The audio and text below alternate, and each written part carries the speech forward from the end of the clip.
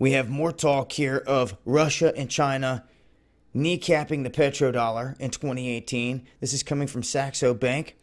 They're predicting that the world's largest crude oil importer, which is China, is likely to roll out the Petro Yuan next year. And they're saying that Russia is going to gladly accept this. They already have contracts in place.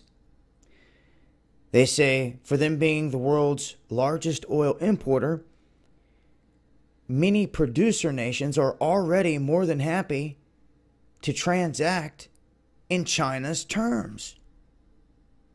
This is interesting because we've talked about a shift to the east here on this world stage. If anything was to happen to the United States, a lights out situation, anything like that, it would, well, let's just say the stage is set for China to step up as the leader at that point in their currency as well, especially if the lights went out or the dollar collapsed or anything like that.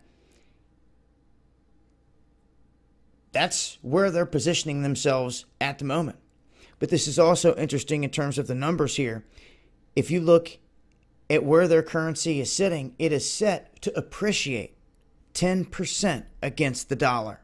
Not depreciate, appreciate. Taking the dollar yuan exchange rate below 6.0 for the first time ever. So here on the world stage, in terms of where they're taking this, I've talked about it before. It seems as though China, Russia, full court press here. And as other countries jump on board, you're going to see others start jumping on board. And all it's going to take is a bunch of them to shift, because for the longest time, the U.S. military has gone around to Iraq and Libya, all these other places to enforce use of their petrodollar.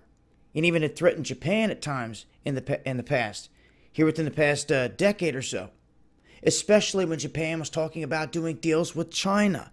It was right after that they were struck with that massive quake. The dragon families are real, though, here on this world stage. And they don't just reside within China or within Asia. There's the European branch. There's many different branches. But here on this world stage, a shift away from the U.S. dollar, to me, obviously, if something happens to the U.S. dollar, China has positioned itself to take over. But there's more information here at this link. I'm going to break this down in further detail this Friday night, Underground World News Live.